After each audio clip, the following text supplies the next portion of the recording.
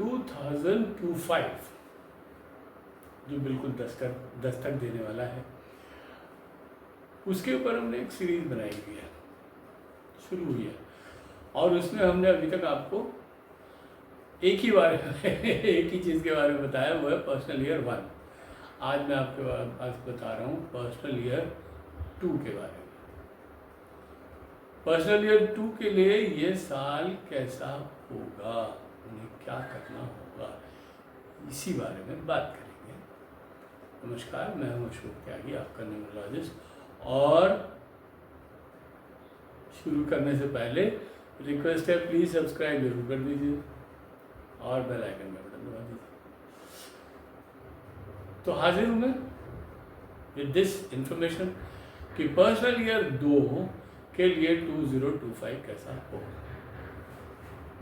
चलिए देखते हैं।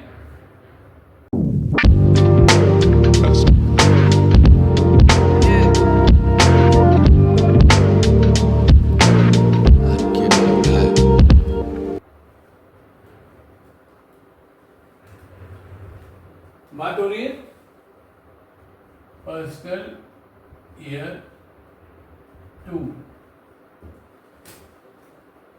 For the year 2025। ठीक है, तो ये मैं पहले ही बता चुका हूँ और फिर बता देता हूँ एक बार कि अगर इन सबको जोड़ें तो इसका टोटल आता है 9, और 9 का मतलब होता है मंगल। मंगल जो हुआ है उस सब का मंगल करते हैं, लेकिन बहुत फ्यूरियस, बहुत गुस्से वाले, लड़ाके और बहुत ही ब्रेव प्लैनेट है। तो ऐसे इनका जब पीरियड चलेगा, जिस भी पर्सनल ईयर के साथ चलेगा, वो पूरा साल इसका इम्पैक्ट तो रहेगा, क्योंकि ये यूनिवर्सल ईयर है। इसको कहते हैं यूनिवर्सल ईयर। पूरी पृथ्वी पे 9 नंबर का इम्पैक्ट तो रहेगा। तो लड़ाई झगड़े भी होंगे, कुछ शांति भी होगी, कुछ जैसे कहते हैं ना अनरेस्ट भी होगा, कुछ लोग असंतुष्ट रहेंगे, कुछ आक्रोश रहेगा, कुछ विद्रोह रहेगा, सब कुछ होगा। वैसे तो हो ही रहा है काफ़ी दिनों से, लेकिन और बढ़ेगा थोड़ा सा। कई सारे जो पॉलिटिशियंस हैं या राजनेता हैं या जो लीडर्स हैं, उनके ऑपोजिशन होगी, उनके साथ टपटक होगी काफ़ी। ठीक है, तो ये ऐसा साल आने वाला है, बट ये हर एक पर्सनल ईयर के लिए कुछ ना कुछ डिफरेंट इम्पैक्ट लेके जाएगा, और आपको क्या करना चाहिए ये कॉशन भी आपको मैं बताता हूँ। तो पर्सनल ईयर 2 कैसे निकलता है ये भी निकाल के देख लीजिए। पर्सनल ईयर 2 निकालने के लिए हमको क्या करना होगा कि अगर मान लीजिए किसी व्यक्ति का जन्म 13 और जुलाई 1994 को हुआ, फॉर एग्जाम्पल, तो इनके लिए अगर 2025 का पर्सनल ईयर निकालना होगा तो हमें क्या करना होगा, इस 1994 को रिप्लेस करना होगा विथ 2025। तो यहां से जो इसका सम टोटल आएगा, यानी ये इनका भाग्यांक हो गया इस वर्ष के लिए, तो क्या हो गया 3 और 1 4 प्लस 7 11 और 10 21 21 और 9 30 और 4 34 34 का मतलब है 4 3, हाँ नहीं गलत जोड़ दिया मैंने, ये वाला थोड़ी जोड़ना है, सॉरी 2025 जोड़ना है ना। 7 और 13 और 7 20 20 और 20 40 40 और 25 40 और 25 65, ये होगा 65 अगर हो गया तो 6 और 5 11, यानी ये 2 आ गया, लीजिए इत्तेफाक से। तो अगर किसी व्यक्ति का ये जन्मदिन है तो उसके लिए ये पर्सनल ईयर 2। अब क्या हुआ कि 2 नंबर आ रहा है मिलने किससे, वेरियस मूलांक से, अलग अलग मूलांक से। यहां देख लेते हैं, अगर पर्सनल ईयर 2 है और मूलांक 1 है तो लक फैक्टर कितना होगा। ठीक है, पहली बात तो ये जान लीजिए 2 नंबर है, 2 नंबर है मून का। मून कौन है, मून वो है जो बहुत शीतल है, सौम्य है, बहुत प्रेम करने वाला है, लेकिन ताकतवर नहीं है, बहुत ताकत नहीं है, तो देने को इसके पास कुछ ज्यादा है नहीं। नहीं, तो आपको क्या करना होगा, आपको करना होगा यू हैव टू बी, अगर आपका ये 2 नंबर है तो you have to be slow, you have to be cautious,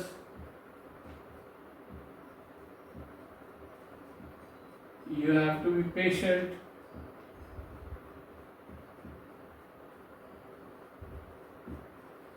you should consolidate,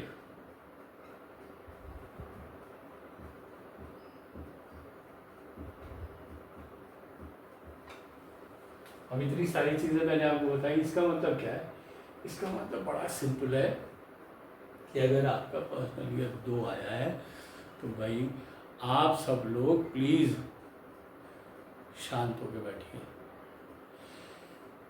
आपको ऐसा लगेगा कि बस मैं अभी आसमान तोड़ दूं, मैं आसमान में छेद कर दूंगा, मैं ये वाला प्रोजेक्ट कर दूंगा, मैं ये कर दूंगा, मैं कर दूंगा, प्लीज डोंट डू इट।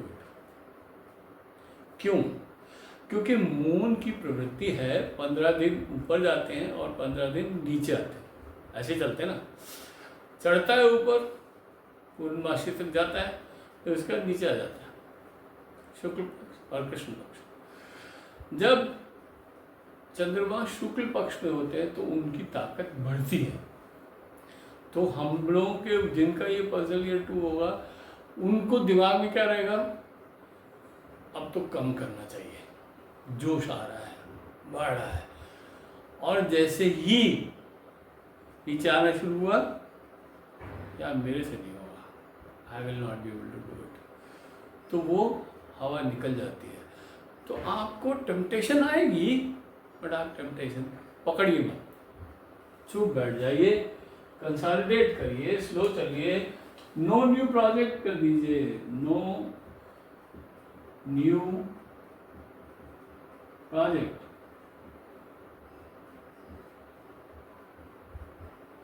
कुछ भी नया नहीं शुरू करिए, नया बिजनेस मत करिए, नया जॉब मत पकड़िए, नई रिलेशनशिप मत बनाइए, कुछ भी मत करिए नया इस साल में।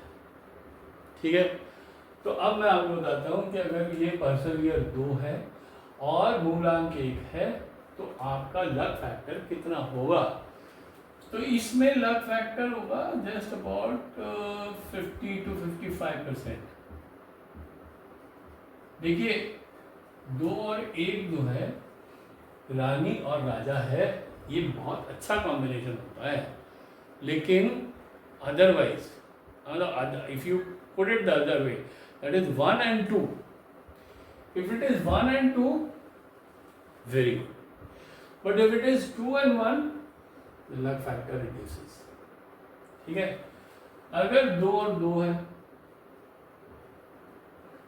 तो लक फैक्टर तो बहुत ही कम हो गया, 30% के करीब ही होगा, ज़्यादा नहीं होगा। 2 and 3 अगर होगा तो भी 35% to 40% ही होगा, इससे ज़्यादा नहीं होगा। ठीक है जी, 2 और 4 होगा तो ये तो वैसे ही रॉबिनहुड है, उद्दंड है, तो इसके साथ तो इनकी वजह ही नहीं मिलती, इसलिए यहाँ पे लक फैक्टर बहुत कम होगा, it will be just about 30% और इवन लेस।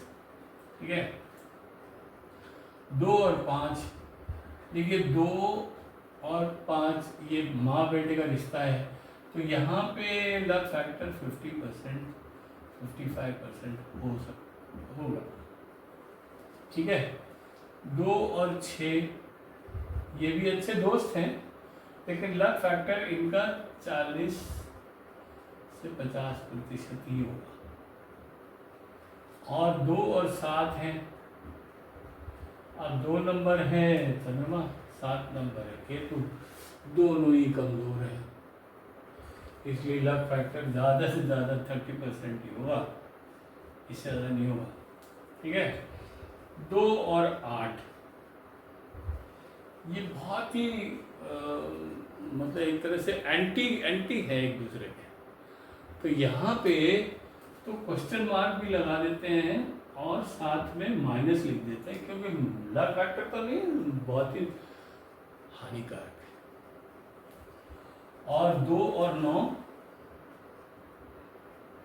वैसे ये 2 और 9 की ये रानी है, ये कमांडर है, तो बहुत ज़्यादा तो नहीं बनते इनकी, because Rani doesn't like commander. Commander takes away बहुत सारा समय राजा का वो कंज्यूम कर लेता है और रानी को समय नहीं दे पाता है राजा, इसलिए इन लोग बहुत ज़्यादा आपस में वो तो नहीं है, लेकिन फिर भी they are not so bad और एनिमी जैसा कुछ नहीं है।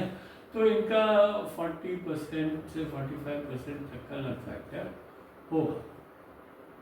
ठीक है साहब, तो ऐसे इनका लक फैक्टर बनेगा अगर आपके पास पर्सनल ईयर 2 आता है और आपका मूलांक इनमें से कुछ भी है।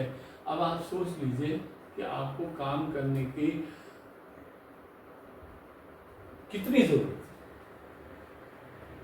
उतना ही करिए जिससे काम चल जाए। रिस्क बिल्कुल नहीं लेना है, नया प्रोजेक्ट बिल्कुल नहीं शुरू करना है। प्लान करिए, बैठिए घर में, अपने आप को कंसोलिडेट कीजिए, अपने रिसोर्सेज इकट्ठे करिए, अपनी चीज़ें तैयार करिए जिससे आप अपने आप को ठीक से लॉन्च कर सकें। ठीक है सर, तो ये कॉशन है आप लोगों के लिए, आप लोगों के लिए एक ऐसी बात है जो आपको ध्यान रखनी चाहिए। मुझे उम्मीद है कि आपको मेरा वीडियो पसंद आया होगा। प्लीज़ सब्सक्राइब कर दीजिए और लाइक कर दीजिए। ठीक है, चलिए कमेंट करेंगे तो बहुत ही अच्छा होगा। मैं फिर हाजिर रहूँगा नया पर्सनल ईयर लेके, नेक्स्ट नंबर 3, और तब तक enjoy yourself, be happy, stay blessed.